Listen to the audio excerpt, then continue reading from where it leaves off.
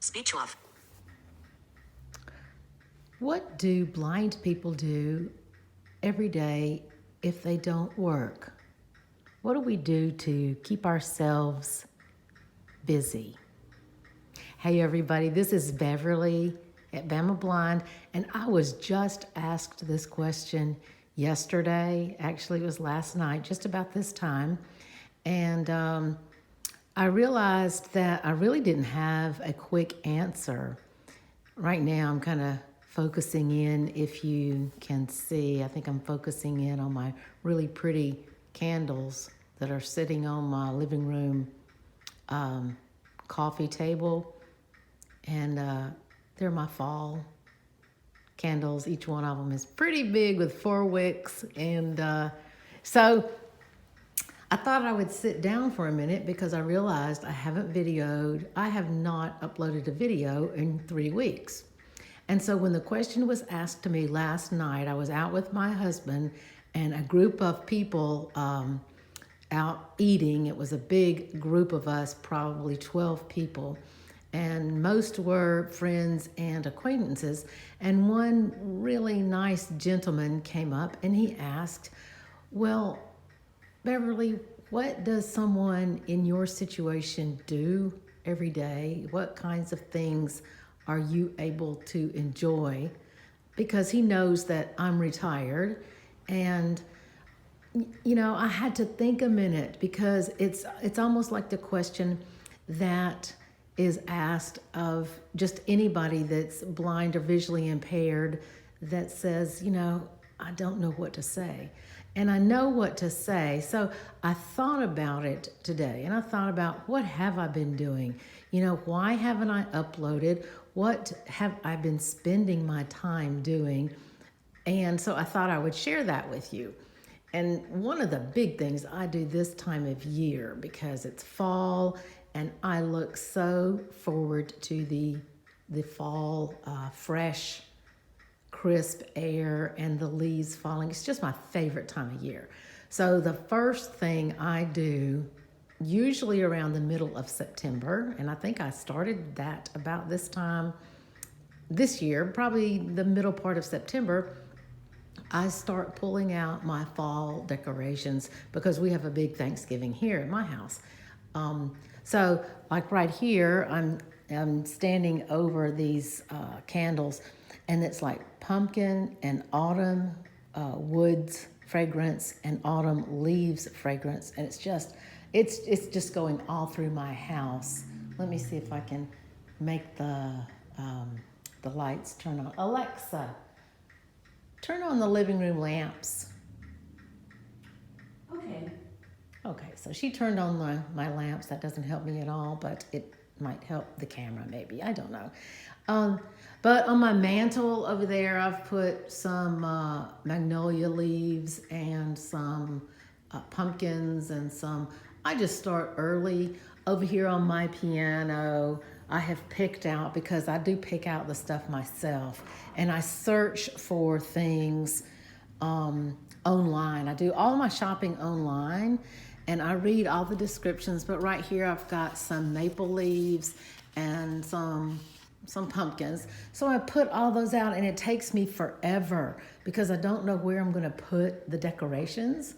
I've made some baskets on that side of the room, which are kind of like at the floor because they're just long, big baskets. Some have mums in them, and some have, well, they have gourds and mums and pumpkins. And so I've decorated those. I've gone outside and I've decorated several places on my property outside. So that's one of the things I do, and that takes me forever because I can't see. So I usually will harness up Gretchen sometimes, and sometimes I put her on just a long leash if I'm going to be working like outside in one particular spot. Like I was putting some flowers in flower pots the other day, and Gretchen wanted to be out there with me, so I just put her on a long leash. I always leash the leash around my ankle, and so she and I are kind of tethered together that way. Anyway, I've been doing that, and I work on that just about every day because I pace myself. I do it slowly, and hopefully by Halloween I've got all my fall decorations up. And I really really enjoy doing that, and it makes for a nice house. And I thought, well, what else have I been doing? And I know that I do regular things that, other people that stay at home do, like laundry and cooking, although I don't cook half as much now as I did when I had my children at home and even when my grandchildren are here. So I don't do as much cooking now. And it's not because I can't. It's, I don't really enjoy cooking unless I'm really working on a project or unless it's going to be a big event. And speaking of big events, we always have people here. So one weekend, I think it was about 2 weekends ago, we had a football party, people coming over to watch football. And what I do is I put my Echo, I won't say her name, but I put my Echo on the local radio channel so that I get a radio audio, and then we put the big screen TV on the actual ball game, and then somebody that's sighted will sync it together so that the radio is synced with the large screen TV. So we had about 10 people over for a ball game, and that was a couple of weekends ago. Then last weekend we had another big gathering here at my house, and we cooked out. It was a birthday celebration, and we had people over for that, and they stay like, I'm going to say 6 hours. It's great fun. And, kids run through the house. We just all sit around and talk and have refreshments and stuff like that. So, yeah, blind people do that. And that's having company over. And I realize that a lot of people don't have a space that they can have company. But I'm in the place in my life where I have this large house. I'm sitting in my living room here, and a lot of the spaces in my house are like public spaces, like the dining room and the den and the TV room and the central hallway and the library and in this living room here. And so we have people over, and we have a big old front porch out there. And well, it's night now, so you can't really see. Those are bay windows that I'm pointing at. But anyway, that's one of the things that we do a lot that maybe some people don't do. I also went to a football game, a local football game. And the reason that I went, not that I'm such a football fan. I sound like I'm just an awesome football fan. And I really am not. I enjoy the atmosphere, but I went to a local junior high football game, not high school, but junior high, because my granddaughter is now playing drums. And so, we went, my husband and I went. It was really, really for me, I wouldn't say it was bittersweet because I really didn't feel any regret or sadness. But here's what happened. We got out of our vehicle, and of course Gretchen was with me, and it's the first live football game she has gone to. And we walked into the stadium where I have been hundreds of times before. It was where I went to high school. My gosh. It was where my brother played football. It was where, I played powder puff football. It was where my daughters were in the marching band, and my son-in-law was the drum major for 2 years. So we have been to that football stadium hundreds of times. And I haven't been in about 7 or 8 years. And when I got in, I realized what I couldn't see versus the last time I was in that exact same place and what I could see. And so we went to the very top of the bleachers, which is another thing that I realized I was so much more confident without as much vision going up to the top of the bleachers. And I had Gretchen, and my husband was with me, but I just walked up the stairs to the top of the bleachers, sat, could not see the field. I could not even tell you how many banks of lights there were on the, shining down on the field. I could just see a glow of the sky. So when I was there last, I remember wanting to wear a visor on my head because the lights were just so bright and I could see each individual floodlight in their banks of 10 or 12 or whatever they were. Well, I noticed this time, even though I had no problem at all getting to the top of the bleachers with no functional vision, and looking out over the field, I could see no one on the field. I heard them, everybody's clapping, but I can't see the players. I can't see the yard lines that are marked. And I couldn't even see the lights as individual. It was like a big glowing light to me. So they all kind of merged together, kind of like these candles are doing that I'm focusing on right here. I think I'm focusing on them anyway. I couldn't see, but it was really, really fun. And we had a really good time. And we went down the bleachers, and then Gretchen remembered exactly how to get out of the stadium. That's the first time she'd ever been in the stadium, but I let her lead the way, and so she led the way with me and my husband out of the stadium. So that was a really, really fun event that we went to. And then this past Sunday, I had another first, and it was going to a movie theater with my mom and my sister. And it is the first movie that I've gone to in a movie house in I can't tell you how many years. I really can't, because we just don't go to the movies anymore. And then for me to pay money and then not be able to see the screen is just, to me, I'd rather be at home and, do Netflix or movies on demand or those kinds of things. Anyway, I wanted to see Downton Abbey. The movie Downton Abbey. I watched the whole series on PBS. My mom had seen the series, and she and I talk about it, or we used to talk about it when we both watched it. My sister never watched it, and so she says, but I want to go.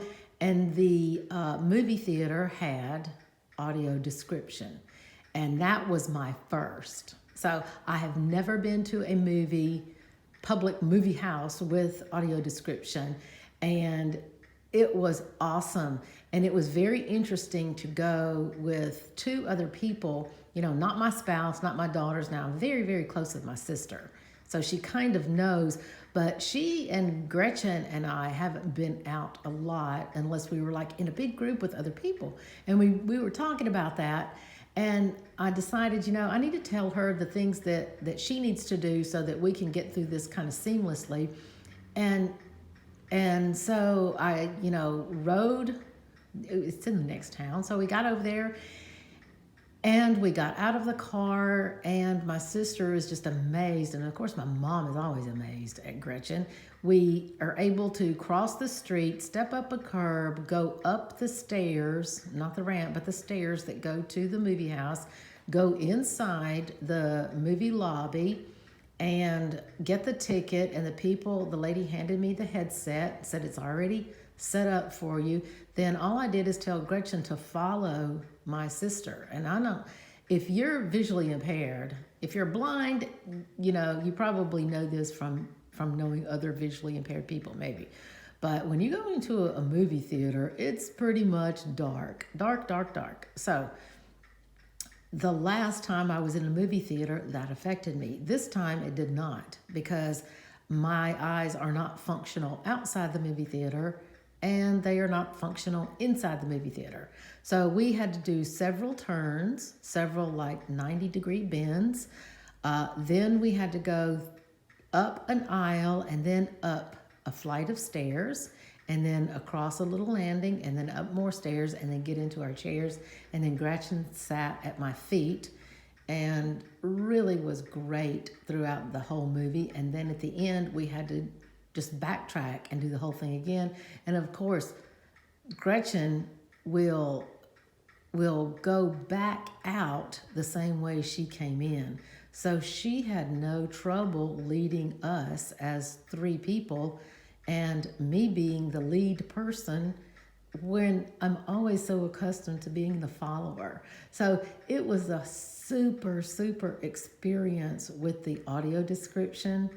For this particular movie, it didn't describe the costumes or the setting as much as you might think because it was so busy describing all the nonverbals. And, there was a lot of silent part of the movie where if you couldn't see, you really would be at a loss. And this audio description just jumped right in and described each and everything. So that was another thing. I'm so excited that I went to it. And I know that this movie theater, I found out that they have, the audio description. And so that might be something that I choose to do that I haven't really been doing over the last several years. And so then I kept, I was again thinking about what the guy asked me last night. Well, what do you do in your situation? And those kinds of things I didn't think about. Those are like special events. But I know that I've been working on, right over here I have my piano. And I don't play for people, but I've been working on a song, and I've actually mastered a song, and I've been working on that for about 3.5 weeks now. And that takes just working on it every day a little bit. I have read 3 novels in 3 weeks with audiobooks. I love it because I can search the books out, and I just got an update on my audio app so that I'm now able to download the books straight from my app, and it's so convenient. So I have read 3 novels. Each one of them exceeded 22 hours. So that tells you that's a lot of reading, a lot of listening. And I've gone to a couple of appointments. I always get my nails done. So I go to those. Those are regular standing appointments. I've gotten my hair cut. Let's see. Another thing I did, which is really super, which isn't really what the guy was asking me, but I met my husband for lunch one day. It's another first. It truly is another first. He had a meeting in our downtown area, and it was letting out for an hour for them to go to lunch before they reassembled, and I wasn't a part of the meeting. And I said, well, let's just meet for lunch. And I've never done that. So Gretchen and I walked the several blocks to our restaurant district, and Gretchen found my bench outside of the restaurant, and we got there about 3 minutes before my husband, and he and I walked in together, and I thought, I have never met him for lunch. We have been married 27 years. We met at lunch, I can say that, but we've never, other than the day we met, and my actual driver for my employment took me to the restaurant, and my husband, who was just a stranger then, met me for lunch. And since then, we have never met for lunch. We've just gone together because I'm blind, and how do I get there? So he had an appointment. He needed to go get something to eat, and it was within my ability to get to the same restaurant. So we did that. And other than reading novels, Gretchen and I go on walks every day. I did mention to the friend last night, I said, we go to dinner. My husband and I go to dinner probably once a week, once every other week. It's not every night, but we make it a special occasion. And I watched TV, and he said, "Oh, you do?" And I said, people like me, people that are blind, say we watch TV. I play the piano. I like to learn songs, and then sometimes I practice on songs that I, have worked on before. And I just like to do that because it's fun. And the decorating that I have really eaten up a lot of time with over the last several weeks has, that's seasonal. So no, I don't do that every day. I try to work out on my Pilates at least every other day. Sometimes I get it in every day. And then just regular housework like, making up the bed, vacuuming, dusting, because we have hardwood floors throughout our house, and I have a German Shepherd that's got long hair. So there's a lot of vacuuming. I groom Gretchen every day. So my days are just kind of spent, and I don't get bored, and I don't work. So for those of you that are raising children, you're a stay-at-home parent, I'm sure you're saying, gosh, I would love to have the time to do those things. And those of you that are blind that work, you would probably love to have the time to do those things. And I know when I worked, I had Saturdays and Sundays to catch up on everything, all the grocery shopping, all the housework, all the laundry. And I certainly didn't have time for novels and learning piano pieces and taking long strolling walks and listening to audiobooks and things like that. So I just wanted you to know what I've been doing for the last 3 weeks. I've really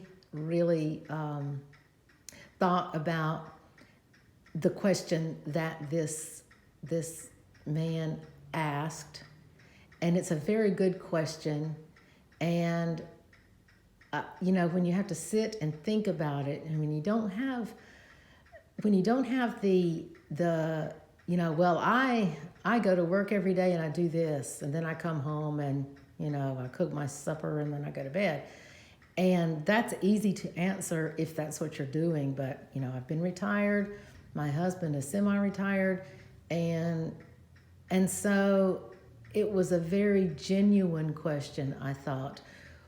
And I thought it might have been because he knows somebody. As you enter retirement age, I'm not going to put myself in that age category because I retired early. But when you get to a certain age, there are other risk factors for things like age-related macular degeneration, and that can just wipe out a person's functional vision. And he might have truly been asking, I know it was a very genuine question, and he meant no insult by it at all, but he was saying, what does a person who can't see, how do you spend your days? And I guess I spend them the way other people that are retired spend theirs. I don't go to club meetings, and I don't go to the gym. Now I could, but I would have to figure out transportation to get there. My husband goes to the gym, but he goes at such weird hours. And he might stop off after a meeting and, change clothes, then go to the gym, and then not come by here. So we can't do that. But, with the exception of just riding around town in a car and, I guess pilfering through stores. I do know some people that do that. I think a lot of women do that. But I don't play video games.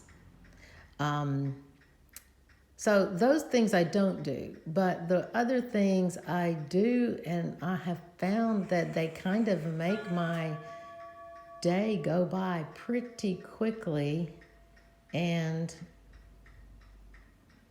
I'm pretty happy with it. So I just thought I would share what I've done in the last 3 weeks. And upcoming, I've got a couple of videos that I'm really going to touch on outside because the weather here in the southeast has finally cooled just a little bit, but I'm able to get out with Gretchen and do a lot more. So I hope you have stayed with me through this. It's nothing but sitting and talking, kind of like a fireside chat, since we're still looking at the wonderful scented candles, and it just really, the whole aroma in this room smells like fall. And I hope you're having a great day, a great evening, and until I upload next time, see you later, everybody. Bye-bye.